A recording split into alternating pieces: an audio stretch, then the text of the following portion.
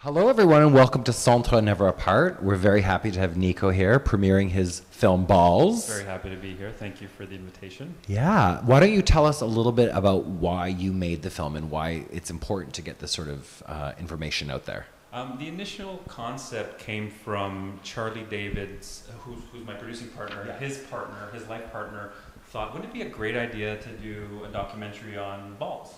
And we thought, yeah, that's great. I mean, what happens to men who, for one reason or another, lose a testicle, whether it be to illness, disease, or by choice as well. Right. Or people that want to have balls, right? I mean, what does that look like? So we started to investigate it and started to kind of look around, like, in our immediate circle, like who has issues or who wants to talk about their balls. And in fact, we even have someone in our audience who's one of the main subjects of the documentary. Adam Graham is there somewhere. I don't know if he wants to raise his hand, but he saw his balls on camera.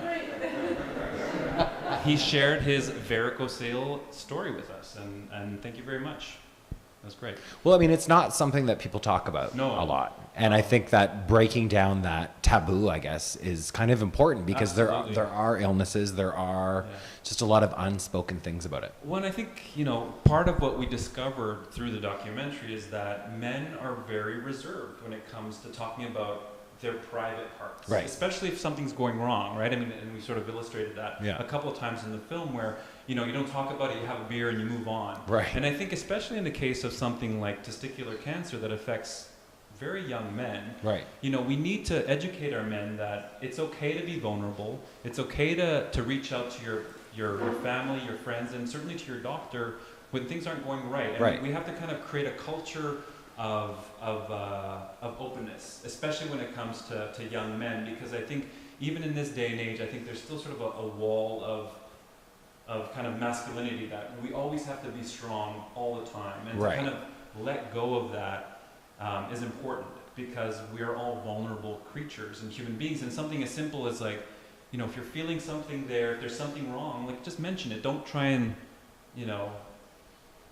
live through it unnecessarily, because it might cause like, a lot of injury or potential death. And I mean, this poor young man, and the woman we spoke to, Cheryl Perry, who was no longer, but she was the founder of Testicular Cancer Canada. I mean, she lost her son at 18. Which is crazy. Like, not worth it, right? So, like, I mean, with that story in particular, like, was he experiencing pain for long? Like, I mean, I've had many friends who have had that cancer, and it's like, usually you feel a pain, you go deal with it, but... Yeah, he definitely, he had issues, but he just did not want to bring it up. Because he's like, well, that's just weird. I don't want to talk about my balls to my mom. I don't want to talk to... Right. Because it's like, it'll go away. And it just, oftentimes things just don't go away, right? Right. And I think we need to be aware of our bodies, and and especially in the cases of testicular cancer, particularly when it comes to young men, you gotta check them. Right. Do we know the stats on, like... I don't know the exact stats. Okay. I mean, but if you find it early enough, it's a very curable cancer. It's very curable. So I think the message is like, be aware of your body, deal with it, and communicate. Yeah, deal with it. Don't let it sit, because really, it's one that can be very easily avoidable. I mean, you'll likely lose a testicle, but really, you get to live. You get to live. Yeah. Right? What better way to kind of experience life than to live it, right? Yeah. I really enjoyed your casting. It was super diverse, and I want to know how you decided to cast the people, and why you threw that broad net of diversity. I mean, I think we went out there, immediately you go to friends and you start asking them, like, who do you know who has issues around their balls? And it's funny, you find out you don't know a lot about some of the people that you know. I mean, like, even the other day I was talking to one of my closest friends, and he's like, oh, I forgot, I'm kind of embarrassed, but I have a hydrocele. And I was like, and that's another kind of thing where you get like fluid around the testicular sac, and it can cause like some discomfort and pain. I'm like, people they have all these like little stories that they just don't come to the forefront, right? Because it's their balls, and they just don't want to expose their balls to the world. And right. It's a tender zone in many ways. So it was really interesting. So we get to one friend led to another. I mean, we put out I put out an ad in Craigslist asking for people to kind of share their stories about their ball stories, however good, bad, fun stories, and that's how we found Danica. And she's probably one of my, she's just such a beautiful character. Yeah. you know, and you know she doesn't like her balls and she wants to get rid of them. And sort of an update to that story, she's actually in Thailand right now as we speak, having the surgery. So she's really she's gonna come full circle. Right. Well, I like that you touched on the trans, both female to male and male to female, because, you know, with Tiana, it's like she's proud and she's keeping them, and that does not define her gender. You know? Yes, I really and I think that's really important. Yeah, and it was great talking to Carrie, who was our trans man. Yeah, he very fascinating interview, right? Because he very like kind of strong personality and just a really interesting way of kind of viewing masculinity. Right. That kind of was kind of not quite there when we're talking to some cisgendered men who had their balls, right? Right. I mean, just a fascinating conversation and a great conversation, and I wish we could have shared more too, but there's only so much you can do with put it in an hour. Yeah. But what is your favorite word for them? What do you? I think balls are great. I think I think it's kind of to the point. Yeah. Certainly not testicle. You don't like that one? I mean, not that I don't like it. It just sounds a little bit, kind of clinical. It's clinical. And I think, especially if we want to start talking about something, let's talk about something that's playful and fun. Right. And I think that's part of what we wanted to create with this documentary, is that I think it could have very easily slipped into this place of kind of a somber, uneasy place, and sort of we wanted to keep it light so that people can keep the discussion going afterwards, so that we weren't in this heavy place of it's all going to be about testicular cancer and like doom and gloom. It's like, that's why we made sure to look at other ailments that affected the testicles, and then beyond that to look at balls as art. Right. To look at, like with what Brad. people do with balls when it comes to play, and maybe not my cup of tea, but torture as well. Right. Don't, and I love what Master Tony's one line is like, don't ick someone else's wow. That's kind of like a funny exactly, right? I mean, it may not be my thing, but it could be your thing, and why not? It's not mine either, but yes, I know what you mean. To celebrate it, I think so too. Yeah. Let's celebrate balls, right? What else did you learn while making this film that you didn't know before? Well, I mean, I didn't know half of the ailments that we were kind of running across. Yeah. It was a learning experience from start to finish. I mean, I knew about testicular cancer. I didn't know about varicocele. I didn't know about testicular torsion, which was. When I found out it was testicular torsion, that could happen at any point. It could be because of vigorous activity, or it could just be like one day you wake up and your testicles are wrapped around each other, and if you don't know what's going on, like you've got 7-8 hours, like half a day to sort it out, or you lose it. That's insane. So I mean, it was a learning experience from start to finish, I would say. Lots to learn. Well, do you feel there is enough information out there for people? Like, I personally don't. I think this film is important to sort of start that dialogue, and we need more. I guess so. Yeah, I think there could be more avenues, and I hope that this film can bring some attention to a much needed part of the male anatomy. Yeah. I think yes, it does. We do need to talk about this more, and I think there's certainly other films out there, but I hope ours kind of helps bridge that connect of like, what do you do and how can you have fun and let's just kind of think in a different direction, like look at balls holistically. Yeah, I like that ball approach.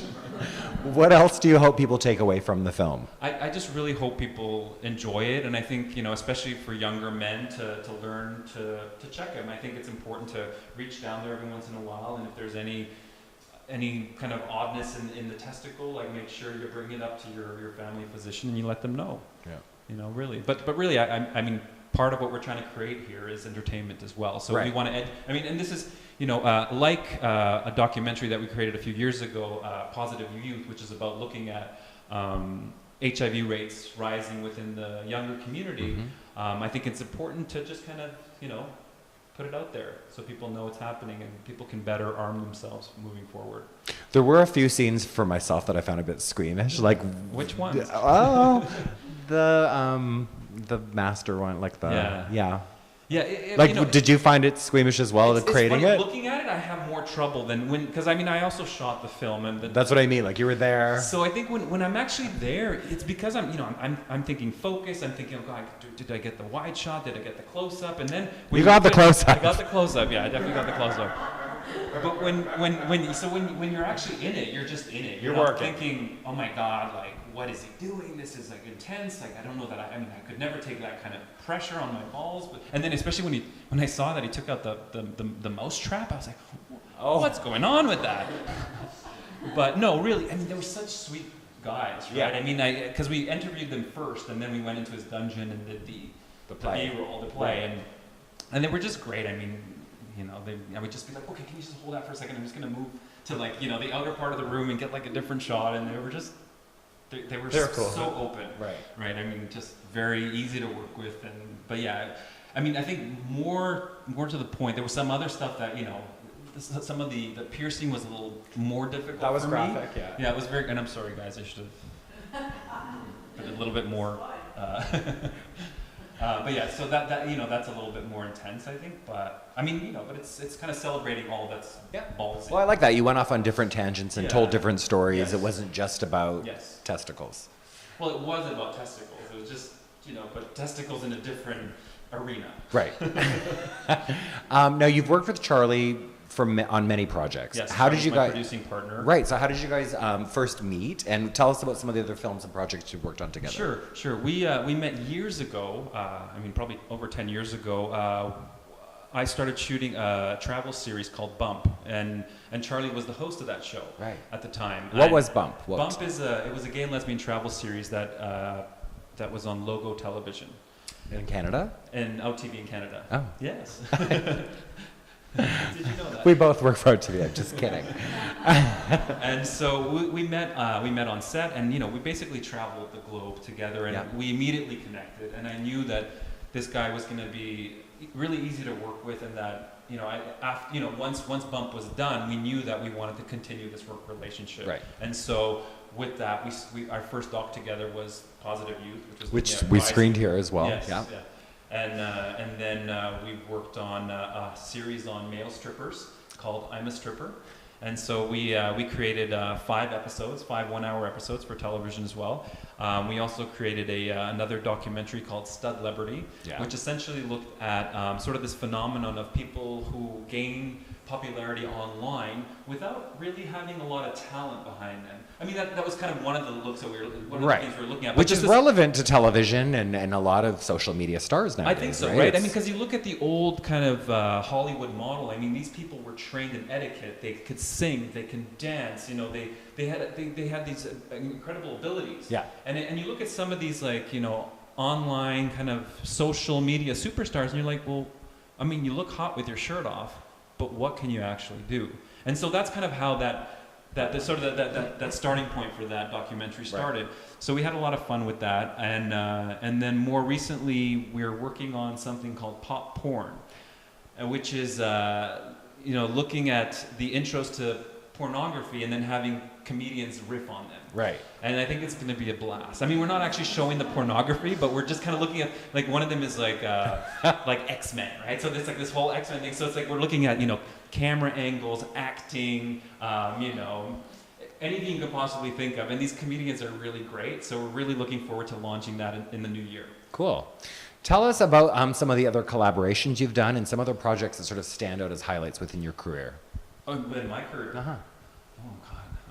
You've been doing this for a while. I've been doing it for a while. Yeah. I mean, I guess I don't particularly like to sell It's myself. not gloating. It's just talking about some of the, you know. I mean, you've worked with Michael V. Smith. You've worked with many. I mean, I do have I guess I've done a lot of work sort of as a filmmaker, working on shorter films, experimental, a lot of queer work. You know, I've really, you know, I've certainly enjoyed a lot of the work I've done when I was in Vancouver. But I mean, part of the stuff that I really enjoy is kind of traveling and seeing the world. I mean, that's kind of been, you know, so whenever there's an element where we can kind of incorporate travel with some of the work we do. Travel with work is good. It is great. I mean, we got to do a lot of travel, obviously, with Bump, and a lot of the stripper stuff, we were kind of traveling, you know, within North America quite a bit. So I think, you know, and certainly seeing other cultures. I mean, a couple of years ago, about a year and a half ago, I worked on a series called Don't Drive Here, and that was for Discovery Network. And we were essentially like all over the planet looking at traffic and vehicular traffic everywhere. And so, I mean, we were in Mongolia, you know, we were in Thailand, we were all over South America. And it was just amazing to sort of open up your eyes to just all these different cultures and how people function, and sort of come home and kind of think, wow, we live in this huge world. You know, we're not in this little like North American bubble where things happen in a certain way. So I think part of what I love about my experience as being a filmmaker and someone who works in television is seeing the world. And I really, I value that immensely. Cool. Now like we talked about, you've been within LGBT film and television for quite some time. Yes. as have I. And what are the main things you've sort of noticed change? Because I mean, when we both started, there wasn't gay characters on every normal Certainly not.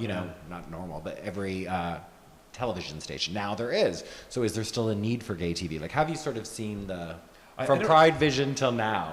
Yeah, I don't know if there's a necessarily a need for gay TV. I think there's there's a necessity to see an expanse of gay, queer, trans, bi characters. I think, and I don't necessarily think they need to be pigeonholed into specific networks or shows. I think we need to see them in sort of the natural settings of humankind, right? And I think that's what's really interesting. I mean, we were having a discussion earlier about sort of the direction that a lot of these gay networks are taking, and they're not even catering to queer folk anymore. Because they see a lot of their market might be, younger or middle-aged young women, right? And so it's interesting. I mean, some of the stuff we were trying to sell to logos even last year, they were like, it's too risque. Right. It's too gay. You're like, it's too gay for a gay network? Right. So, so even like when we approached Logo to screen balls, they're like, it's just too much for us. We can't do this. And I'm like, you can't do this? It's like, so it's this interesting evolution of even queer networks that are kind of, everyone wants the mainstream, right? We don't want to kind of celebrate a huge diversity because, God forbid we go too far into sexuality, and I think, it's just so weird. Yeah, but so it's interesting. But I think certainly what I think I'd like to see is just like this amazing diversity represented throughout, not just through one single network, but through. Well, as television changes as well, because let's face it, it's a dying breed. It's a dying breed. Everything's going online, and it's all about digital platforms, right? So we need to adapt as filmmakers too, and people that work in television. Like, how do you bridge that gap? Right. And how do you continue making your craft and still pay your rent and still eat? Right. I don't have children to feed, so that's probably a good thing. Right. Because they'll probably be starving by now. Oh, no. What are you currently working on, and what can we expect from the future? Well, like I said, we're currently working on this pop porn, so we're super excited about that. I mean, the future is always sort of the future. I mean, we've got lots of little things that we're always trying to shop around. Nothing that's kind of looming in the distance, but certainly some of the stuff that I've been thinking of is I'd really like to start to pursue more scripted work. Okay. Sort of, I love documentary and I love that format, but I think it would be really great to start to explore, which is kind of my roots as well. I come from a film background. Right. I did, an undergraduate and graduate degree in film production. So I'd really like to maybe take some time and produce something that has a little bit more production value to it. Okay. And again, there's nothing wrong with documentary. I would just, it'd be nice to sink my teeth into a feature. Right. So that would be. Well, I hope that happens. I hope so too. What inspires you to keep making this kind of work, and is there anyone within this media that inspires you? Well, I think with documentaries, I mean, it's just the people around me, right? Right. It's like I think that's what's so great, and I just love to see the world around me and to see the sort of diversity of what we see, and to me that's inspiring. It's hard to just kind of say, yeah, that person inspired me. I can think back in my film career. It's like there's certain auteurs or directors that really drew me in, but I think I'm a curious person, and I'm curious about the world around me, and I want to know more. And you think balls because I have balls, but when you really get into it, there's so much we don't know. Right. So even things things you think you might know a lot of, you really don't. There's so much to learn, to explore. So. Yeah. And we love having you here in Montreal. This is not your first time here. No, well, I'm from Montreal. You're from Montreal. From Laval. I don't know. Does that count? Greater Montreal. My Laval peeps out there. Oh, what? Well, thank you very much. Is there any questions from the audience? Not that we can see your hands, but if there is. No? Have we answered all your questions? Well, again, it was pretty thorough. Yeah. Well, thanks again, and thank you all for coming. Thank you, everyone, for coming.